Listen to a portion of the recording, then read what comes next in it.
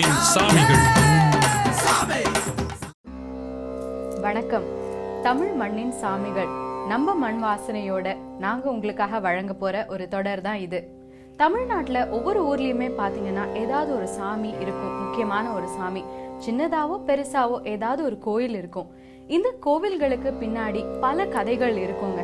கதைகள்னு சொல்றதை விட வரலாறு இருக்கும், கோபம் இருக்கும், வீரம் இருக்கும், கருணை இருக்கும், பாசம் இருக்கும், மானத்துக்காக உயிரை விட்ட ஆங்காரம் இருக்கும். இப்படி எல்லா கதைகளும் வரலாறும் சேர்ந்துதான் அந்த ஒரு சாமிய முக்கியமான ஒரு சாமியா இந்த கிராமங்கள்ல வழிபட வச்சிருக்கு. எல்லா குடும்பத்திலயும் பாத்தீங்கன்னா குலதெய்வம்னு ஒண்ணு இருக்கும். ஏதாவது ஒரு பிரச்சனை வந்துருச்சுன்னு வச்சுக்கோங்க, அந்த குடும்பத்துல இருந்து அந்த குலதெய்வம் கோயிலுக்கு போயிட்டு அப்புறம் அந்த பிரச்சனை தீர்ந்ததுக்கு அப்புறம் அவங்க நேர்த்தி கடன் செய்யற அழகு இருக்கு பாருங்களேன். நிறைய செய்வாங்க. பொங்கல் வைப்பாங்க, கெடா வெட்டுவாங்க, கோழி வெட்டுவாங்க, அலகு குத்திக்குவாங்க, இல்லைன்னா தீ மிதிப்பாங்க. குலதெய்வத்துக்கு இவங்க ஏன் நேர்த்தி கடன் செலுத்துறாங்கன்னா அந்த குலதெய்வத்தை இவங்க குடும்பத்துல ஒருத்தரா தான் பாக்குறாங்க. அந்த மாதிரி சாமிகளை தான் இந்த தொடர்ல வார வாரம் நீங்க பார்த்து ரசிக்க போறீங்க. இப்ப முதல்ல நாம பார்க்க போறது மதுரை வீரன் சாமி. இவரை ரொம்ப துடியான சாமின்னு சொல்லுவாங்க. மதுரை வீரனுக்கு தமிழ்நாட்டுல பல இடங்கள்ல கோவில்கள் இருக்கு. கையை ஓங்கிக்கிட்டு இவர் நிக்கிறத பார்க்கும் போது காவல் தெய்வத்தையே பாக்குற மாதிரி இருக்குன்னு சொல்லுவாங்க. அதாவது தமிழ்நாட்டுல நிறைய கோயில்கள் இவருக்கு இருந்தாலும் மூல கோயில்னு பாத்தீங்கன்னா மதுரையில தான் இருக்கு. திருமலை நாயக்கர் ஆட்சி காலத்துல தான் மதுரை வீரன் வாழ்ந்ததா சொல்றாங்க. இவரோட கதையை கேட்கும் போது கண்டிப்பா உங்களை நெகிழ வைக்கோங்க. வாங்க பார்க்கலாம். பெயரிலேயே வீரத்தை இணைத்திருக்கும் மதுரை வீரன் சாமிக்கு மதுரையில் மட்டுமல்ல, தமிழகம் எங்கும் பல இடங்களிலும் கோவில்கள் இருந்தாலும் மதுரையில் வீரனுக்கு இருக்கும் கோவில்கள் அவருடைய வாழ்வுடன் பின்னி பிணைந்தவை. மதுரை மீனாட்சி அம்மன் கோவிலுக்கு முன்னால் கீழச்சித்திரை வீதியில் அம்மன் சந்நிதியின் வாசலுக்கு அருகில் எளிமையானபடி மதுரை வீரன் கோவில். இதே போல மதுரை திருமலை நாயக்கர் மகாலுக்கு அருகில் இன்னும் ஒரு கோவில். மதுரையில் மட்டும் 5 இடங்களில் இவருக்கு கோவில்கள். ஓங்கிய வலது கையில் நீண்ட வாள், இன்னொரு கையில் சுக்கு மாந்தடி, விழிப்புடன் கூடிய பார்வை, தலையில் சற்று சாய்ந்த கிரீடம். ஒரு பக்கம் வெள்ளையம்மாள், இன்னொரு புறம் பொம்மியுடன் காட்சியளிக்கும் மதுரை வீரன் சாமிக்கு பின்னால் 400 ஆண்டுகளுக்கு முந்திய கதை. ஒவ்வொரு பகுதியிலும் நிலவும் கதைகளில் சில மாற்றங்கள் இருந்தாலும் பொதுவாக சொல்லப்படும் கதை இதுதான். வாரணாசி பாளையத்தில் மன்னர் குடும்பத்தில் ஆண் குழந்தை பிறந்ததும் உருவான சந்தோஷத்தை கலைக்கிறது அரண்மனை ஜோதிடர் சொன்ன செய்தி.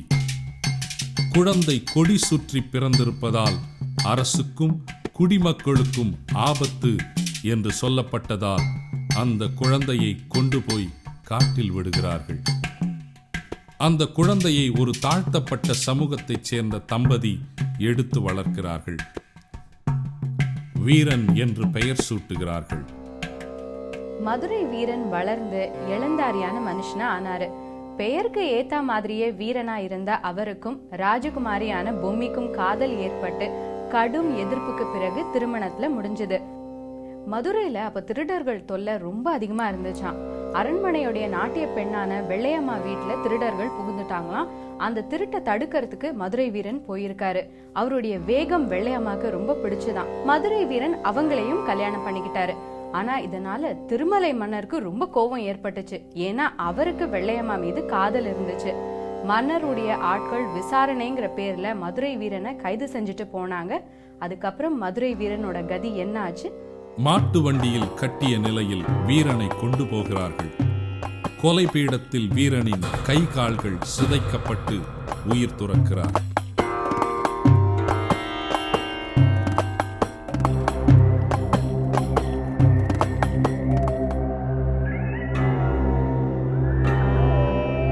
அவருடைய மனைவிகளும் அவருடன் விழுந்து உயிர் விடுகிறார்கள். 400 ஆண்டுகளுக்கு முன்பு நடந்ததாக சொல்லப்படும் மதுரை வீரனின் கதை அம்மானை என்ற பெயரில் சிற்றிலக்கியமாக சொல்லப்படுகிறது. தாழ்த்தப்பட்ட சமூகத்தினரால் எடுத்து வளர்க்கப்பட்டதாக சொல்லப்பட்டாலும் அன்றைக்கு இருந்த கலப்பு மனத்திற்கு எதிரான சாட்சியமாக இருக்கிறது மதுரை வீரன் கோவில். மதுரை வீரனை எப்படி வழிபடணும், அவருக்கு எப்படி படையல் வைக்கணும், அதுக்கான வழிமுறைகள் என்னன்னு நமக்காக சொல்ல வராரு பூசாரி நாகராஜன். இப்போ பூஜை அம்மனுக்கு முதல்ல பொங்க வச்சு மணி அடிச்சிடுவோம். மணி அடிச்சுட்டு அதுக்கப்புறம் கதவை சாத்திடுவோம். கதவை சாத்திட்டு அவருக்கு மட்டும் கிடா வெட்டுவோம். கிடா வெட்டும் போது கதவை சாத்திட்டு கிடா வெட்டுவோம். கிடா வெட்டி அப்புறம் ராத்திரி 12 மணிக்கு மேலே அடசல் பூசப்போம். வெட்டிடுவோம், ஆட்டை வெட்டிடுவோம். வெட்டினோடனே ரத்தம் பூரா கீழே வந்துடும். அதுக்கப்புறம் எச்சி போடாமல் கொள்ளாமல் சோறாக்கி அதுக்கு படையல் போட்டு அப்புறம் 12-1 மணிக்கு மேலே படையல் போட்டு அதுக்கப்புறம் அதை விநியோகம் பண்ணிடுவோம். பூஜை மட்டும் நடக்கும். பௌர்ணமி பூஜை விசேஷமாக இருக்கும். பௌர்ணமிக்கு ஏகப்பட்ட பேர் வருவாங்க. அவங்கவுங்க வேண்டின வரத்தை சாமி கொடுக்குது, அவங்க செஞ்சுட்டு போவாங்க. மதுரை வீரன் பலி கொடுக்கப்பட்டாலும் இன்னும் அந்த மக்களுடைய வட்டார பாடல்கள் மூலமாகவும் அவங்களுடைய நம்பிக்கை மூலமாகவும் வாழ்ந்துட்டு தான் இருக்காரு. மன்னரை எதிர்த்து தன்னை விரும்புகிற பெண்ணை மணம் முடிக்கிற போது ஒரு வீரனுக்கு கிடைக்கிற கதி என்ன என்பதையும் உணர்த்துகிறது மதுரை வீரனின் கதை. மன்னர் தண்டித்தாலும் மக்கள் அதே மதுரை வீரனை சாமியாக உயர்த்தி பிடித்திருக்கிறார்கள். பல தலைமுறைகளாக மதுரை வீரனை சாதி பாகுபாடுகள் இல்லாமல் பலரும் வணங்குகிறார்கள், குலதெய்வமாகவும் போற்றுகிறார்கள். மதுரையில் உள்ள கோவில்களில் அர்ச்சனை, அபிஷேகம் எதுவும் இல்லாமல் தீப ஆராதனை மட்டும் காட்டுகிறார்கள். செவ்வாய் வெள்ளிக்கிழமைகளில் இங்கு வரும் பக்தர்கள் கூட்டம் மிக அதிகம். மகா சிவராத்திரி அன்று தமிழகத்தின் பல பகுதிகளில் இருந்தும் பக்தர்கள் வந்து பெரும் கூட்டம் அலைமோதுகிறது. மதுரை வீரனை பற்றி சொல்லப்படும் வரலாற்றுக்கு நெருக்கமான இடத்திலிருந்து பிடிமண்ணை எடுத்துச் சென்று தமிழகத்தின் பல பகுதிகளில் மதுரை வீரன் கோவில்கள் எழுப்பப்பட்டிருக்கின்றன. நாட்டார் தெய்வங்கள் ஒவ்வொன்றுத்துக்குமே ஒவ்வொரு பூசை விருப்பம் இருக்கும், ஒவ்வொரு படையல் விருப்பம் இருக்கும். அதை பத்தி நமக்காக சொல்ல வராரு பூசாரி தசரதராமன். வரலாறு இவர் திருச்சியிலேருந்து வந்து மகாலுக்கு காவலுக்கு வந்தவர், திருமநாயக்கருக்கு காவலுக்கு வந்தவர். இவர் அப்பா பேர் ஆணிமுத்து. இவர் உண்மையான பேர் காசிராஜன் பெத்த மகன் ஆணிமுத்து. இங்கே மதுரைக்கு காவலுக்கு வந்தால் இவருக்கு மதுரை வீரன்னு பேர் சுட்டினாங்க. பேர் சுட்டு வழிபட்டு இருக்கார். முன்னொரு காலத்தில் கும்பிட்டுருக்காங்க. காடை, கருவாளி, சிட்டுக்குருவி இந்த மாதிரி மதுபானங்கள் வச்சு வணங்கியிருக்காங்க. இப்போ நாங்கள் கும்பிடலை, கலரி கும்பிடலை. அதெல்லாம் சும்மா சைவம், சக்கரை பொங்கல் இந்த மாதிரி நெவுத்தியம் போட்டு வழிபட்டு இருக்கோம். இது இவர் ஒரு வீரமான தெய்வம். அதனால் மக்களுக்கு நல்ல காரியங்கள் செய்தாங்க. எல்லா ஊர்லேருந்து வராங்க. வெளிமாநிலத்தை மைசூர், ஆந்திரா, ஹைதராபாத்து எல்லா ஊர்லேருந்து வழிபட்டு போகிறாங்க. அவங்களுக்கு நினைச்ச காரியம் முடிச்சு கொடுக்கும். கடல் கடந்து வாழும் பல தமிழர்களின் நெஞ்சங்களிலும் பதிந்திருக்கிறது மதுரை வீரனின் வீரம். நெற்றி போட்டு, முறுக்கிய மீசை, ஓங்கிய கை என்று உக்கிரத்துடன் நிற்கிறார் மதுரை வீரன். அவருக்கு அருகில் சாதி பார்க்காத காதலை சொன்னபடி பொம்மி, வெள்ளையம்மாளின் உருவச் சிலைகள். வீரனுக்கும் வீரத்துக்கும் எப்போதும் மதிப்புதான். மதுரை வீரன் கதையை பத்தி பார்த்தோம். அடுத்து நாம பார்க்க போறது இசக்கி அம்மன் பத்தி. தமிழ்நாட்டுல பெண் தெய்வ வழிபாடு ரொம்ப பிரபலங்க. இன்னைக்கு நாம கும்பிடுற அம்மன், காளி, நீலி, சூளி இப்படி எந்த பெண் தெய்வத்தை எடுத்துக்கிட்டீங்கனாலும் ஒரு காலத்துல அவங்க மனுஷியா பிறந்து வளர்ந்து அவங்க வாழ்க்கையில நடந்த ஏதோ ஒரு கொடுமையை பார்த்து ஆங்காரத்துல எழுந்தவங்க தான் இன்னைக்கு அம்மனா நம்ம எல்லாருக்குமே அருள் பாலிச்சிட்டு இருக்காங்க. அந்த வகை தெய்வம் தான் இசக்கி அம்மனும். தென் தமிழகத்துல பல ஊர்கள்ல இசக்கி அம்மனோட கோயில்களை பார்க்க முடியும். பெண் தெய்வங்கள்ல துடியான தெய்வம்னு கருதப்படுற இசக்கி அம்மனோட கதையும் துடியானதுதான். இந்த காலத்துல இப்ப கூட பல குழந்தைகள் நரபலி கொடுக்கப்படுறாங்கன்ற செய்திகளை நாம பார்க்கிறோம், படிக்கிறோம். அந்த குழந்தைகளை பெத்தவங்களோட மனசு எவ்வளவு துடிக்கும், எவ்வளவு பாடுபடும். அந்த நரபலியோட சோகம், அந்த வலி யாருக்கு தெரியும்? கண்டிப்பா இசக்கி அம்மனுக்கு தெரியும். அவளை ஆவேசம் அடைய வச்சது எது? சோதனைகள் சராசரி மனிதர்களுக்கு வருவது போலவே சாமிகளுக்கும் வந்திருக்கின்றன. அதிலும் இசக்கிக்கு வந்த சோதனை கொடுமையானது. திருச்செந்தூருக்கு அருகில் உள்ள பொறையூர் கிராமத்தைச் சேர்ந்த இசக்கிக்கு திருமணமான பிறகு சின்ன தம்பி என்கிற 7 வயது மகன் இருக்கும் நிலையில் கணவருடன் பிரச்சனை. நிறைமாத கர்ப்பிணியான இசக்கி கணவரால் துரத்தப்பட்டு பிறந்த வீட்டுக்கு வருகிறார். வீட்டில் இருந்தபடியே நெல் குத்தும் வேலை செய்கிறார். மகனான சின்ன தம்பிதான் இசக்கிக்கு இருந்த ஒரே ஆறுதல். அந்த சின்ன தம்பி மீது அதே ஊரில் இருந்த வேற்று மதத்தைச் சேர்ந்த ஒருவரின் பார்வை விழுந்து விட்டது. கழுதை புத்தேரி என்கிற இடத்தில் உள்ள புதையலை எடுக்க வேண்டுமானால் ஒரு சிறுவனை நரபலி கொடுக்க வேண்டும் என்று மந்திரவாதி சொல்ல, தெருவில் விளையாடிக் கொண்டிருந்த சின்ன தம்பி கடத்தப்பட்டிருக்கிறார். கடத்தப்பட்ட இசக்கியின் மகன் சின்ன தம்பிக்கு நேர்ந்த கொடுமை என்ன? புண்ணாக்கும் கருப்பட்டியும் தருவதாக சொல்லி அவனை கடத்தி நள்ளிரவில் வாழை இலையில் கிடத்தி நரபலி கொடுத்திருக்கிறார்கள்.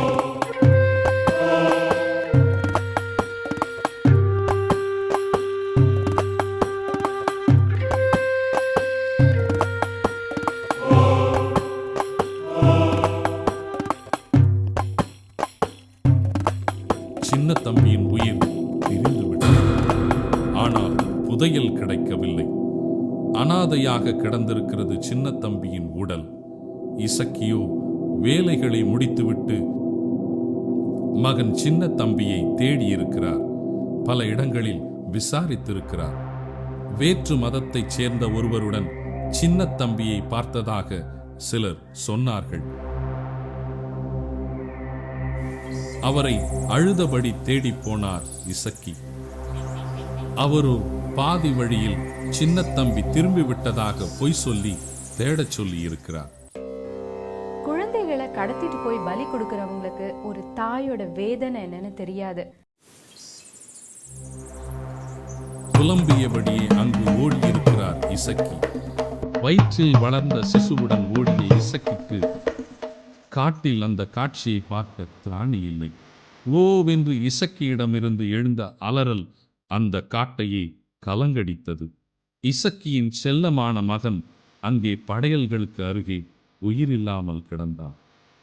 7 வயது பிஞ்சு குழந்தையான சின்ன தம்பியை பிணமாக பார்த்ததும் ஆவேசம் கூடியது இசக்கிக்கு. அடுத்து நடந்தது இன்னும் அதிர்ச்சியானது. அலறி துடித்த நிறைமாத கர்ப்பிணியான இசக்கிக்கு அதிர்ச்சியை பிரசவமானது. விழுந்த குழந்தையை தன் காலில் போட்டு மிதித்தார் இசக்கி. ஆங்காரத்துடன் தன்னுடைய நாக்கை பிடுங்கி தன்னுடைய மகன் அருகே சாய்ந்தார்.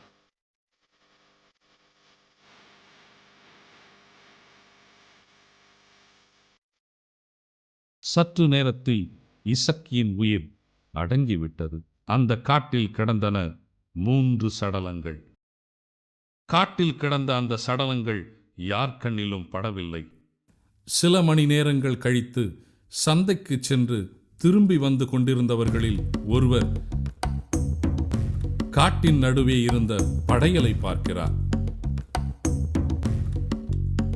அதனை எடுத்துக்கொண்டு வந்து வழியில் விளையாடிக் கொண்டிருந்த குழந்தைகளுக்கு தின்ன கொடுக்கிறார். அதன் பின் நடந்தது யாரும் எதிர்பாராதது. காலையில் பிள்ளைகள் வந்தோடனே கொடுத்த உடனே நான் தான் சின்ன தம்பி, நான் தான் இருளப்பன், சாப்பிட்டவுடன் ஒன்றும் ஆதாரணையுடன் அப்படியே குதித்தன. குதித்து ஆடினவுடன் இது என்ன என்று பார்க்கும்போது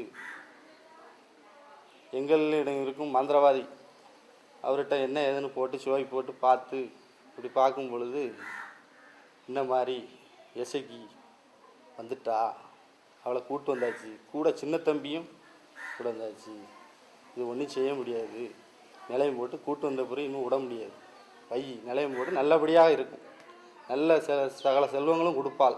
குழந்தைங்க அருள் வந்து ஆடினதை பார்த்து ஊர் சனங்க அதிர்ச்சி அடைஞ்சாங்க. இதுக்கு என்ன காரணம் தெரிஞ்சுக்கிறதுக்கு ஊர் கோடாங்கிய அழைச்சு குறி கேட்டாங்க. கிராமத்தில் ஒரே பீதி. கோடாங்கியை வரவழைத்து கேட்டார்கள். கோடாங்கியின் மூலமாக இசக்கிக்கு நேர்ந்த கொடுமை ஊருக்கு தெரிய வந்தது. அவர் உடனே இசக்கிக்கு நேர்ந்த கொடுமைகளை எல்லாம் சொல்லி இசக்கிக்கு கோவில் கட்டி அவங்கள வழிபட்டா இசக்கியோட அருள் சனங்களுக்கு கிடைக்கும், நல்லது நடக்கும்னு குறி சொன்னாரு. இசக்கியை சாமியாக கும்பிட ஆரம்பித்தார்கள். கோவில் கட்டினார்கள். இசக்கியும் அவருடைய 2 குழந்தைகளும் பலியான இடத்துக்கு சற்று தொலைவில் வீடுகள் நிரம்பியிருக்கிற தெருவில் கோவில் எழுப்பப்பட்ட பிறகு லட்சுமி தானயம் என்கிற அந்த பகுதியே தீயினால் கருகி சாம்பலாகி இருக்கிறது.